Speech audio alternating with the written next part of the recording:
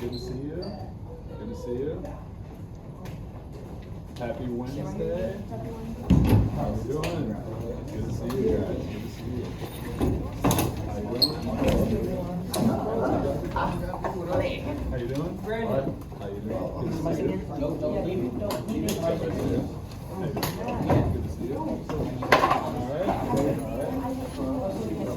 Good to see you. All right, everyone. Welcome to chapel. Do you just find your seats? Is this what we got today, everyone? Everyone's coming. Got it. Think everyone's coming? Which is that about 24 of you? Is that right? 25? Okay. Okay, so we'll keep donuts left over then. Awesome. All right, so listen up, guys. This is how this is going to go. So, participation will be rewarded. So if you read something out loud, or if you participate, sometimes I'll ask you a question just to see what your thoughts are. If you participate, you get an extra donut. All right? Here's the other thing. If you help clean up at the end, you get an extra donut. All right? So yeah, that's a little motivation for you. So I've got about 15 minutes with you. Who remembers what we talked about on Friday? We talked about what a word that was something about friendship. Exactly. We talked about friendship, didn't we? What was the most important in a friend? What's a trustworthy friend? Exactly. So Aiden's in the books. He gets another donut. The week before that, we just talked a little bit about what the chapel program is. I told you how this really is actually one of the favorite parts of my week. I love the chapel program. A lot of the seniors have gone through the chapel program, and so this is actually something where there's a lot of leaders who have gone through this. Mike has gone through it. Jaden Trice has gone through this, or Javion Trice, I'm sorry. So a lot of the seniors that are actually on the varsity team now, they've gone through the chapel program. So this has been going on for a really long time. And the first thing we said about it is it's optional, right? So if you don't want to be here, you don't have to. But honestly, would you rather be studying? No? I wasn't sure for a second there. It's like, maybe you guys like studying, I don't know. But for me personally, I'd much rather be with friends, eating donuts, going through a topic. And so, our topic for today is called Prophecies of a Savior. If you could all look at the little handout I've got for you. And so, that first word, prophecies, is kind of a strange word. What do you think of when you think of a prophecy? What do you think prophecy is? I think it's like something that's going to happen in the future. Yeah, that's a good one. Any other suggestions? Something that's going to be coming true in the future. Yes, exactly. Okay, good. That's enough suggestions for that. Those are both really good answers. And so there's one thing I'd add to that. They are futuristic. They are something that'll happen in the future. But a prophecy is when God actually speaks something to someone about the future, and that person speaks it out, and then it actually comes true. So I don't know if you would be old enough to know. There's some crazy people who think they hear the voice of God. I one time met a guy. I'm not going to tell that story. But there's some crazy people who think they hear the voice of God, but they don't actually. And why do we know they're crazy? Because the stuff they say doesn't come true. So that's not what a prophet is. But a prophet is somebody who, they hear the voice of God, and they actually hear it for real. And the way you know they hear it is because the stuff they say actually comes true, right? And so, just let me give you an analogy of this. So, who knows the year that Case High School was founded? Does anybody know? Yeah. 1965. Yep, 1965. Why do you know that? Good call, man. So let's say the year 1965, okay? Let's say there was a prophet in the city of Racine. And this guy wasn't just a crazy guy. Let's say that he, at one point, he heard the voice of God tell him the lowest ranked NFL team would win the Super Bowl. And he heard God, he spoke it in front of many people. They said, "You are crazy. You are absolutely crazy. There's no way they're going to win the Super Bowl." He said, "Just watch." And as the season unfolded, they kept winning games. They kept, maybe some really great players were added to them. Maybe they had some sleepers, some rookies that everybody overlooked, but they actually ended up being really good. And it turns out, this underdog team that was ranked lowest in the NFL wins the Super Bowl. And they think, wow, he was right. The next year, he says, in the month of March of next year, there's going to be a drought, and if we don't save up food, then we're gonna starve.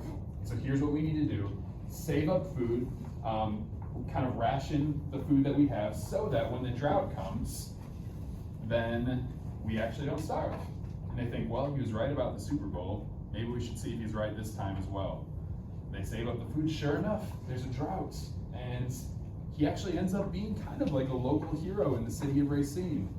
And so they think we should have this guy speak at the Case High School commencement ceremony.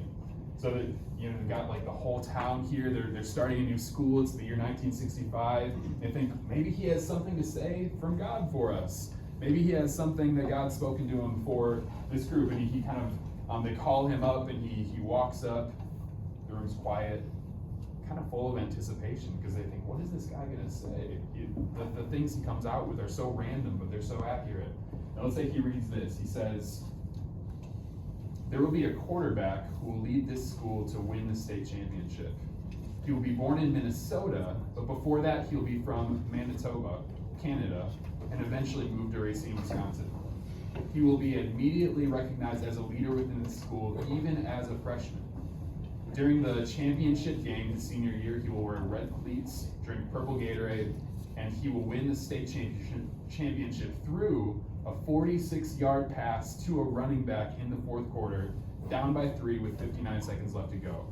The legacy that he leaves at Case High School will change the reputation not only of the school in the city, but in the entire country. Ooh. Right?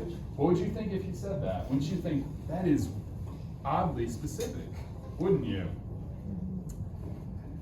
But let's say we actually believe this thing. We actually believe, hey, this is actually true. We think this is going to happen. There's going to be this guy that comes, but 10 years go by, no state championship.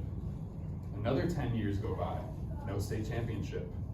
But then another 10 years go by, and let's say it's your freshman year, and all of a sudden, there's this freshman who came out of nowhere. None of you have gone to middle school with him, you didn't grow up with him, and he's immediately the most popular guy in the school.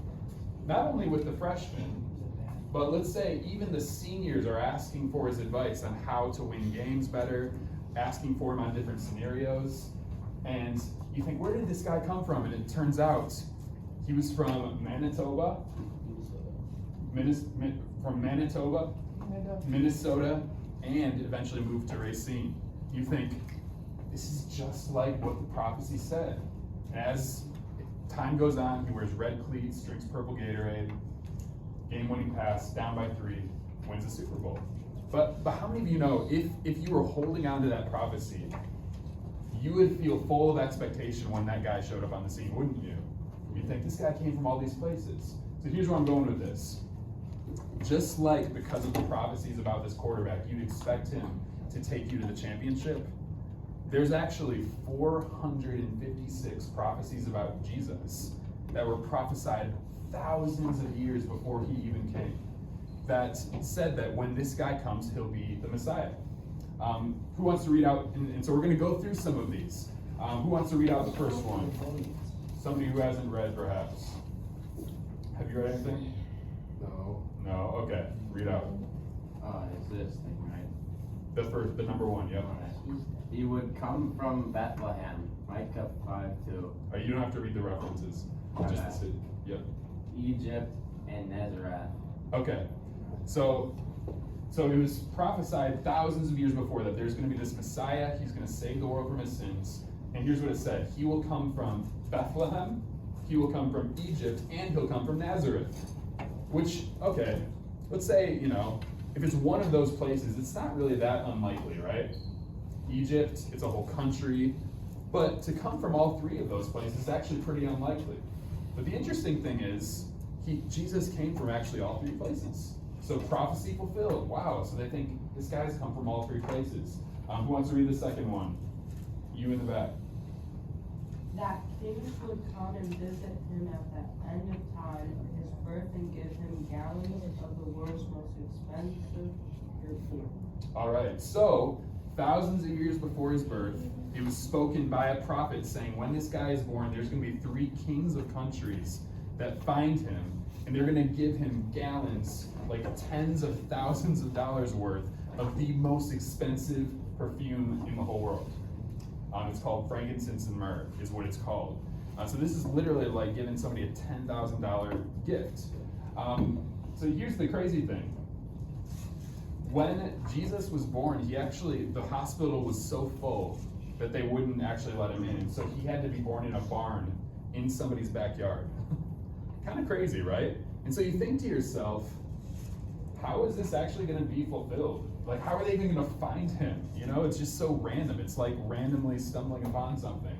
Well, this star actually appeared in the sky from God that they followed, and it led them to this place where Jesus was born.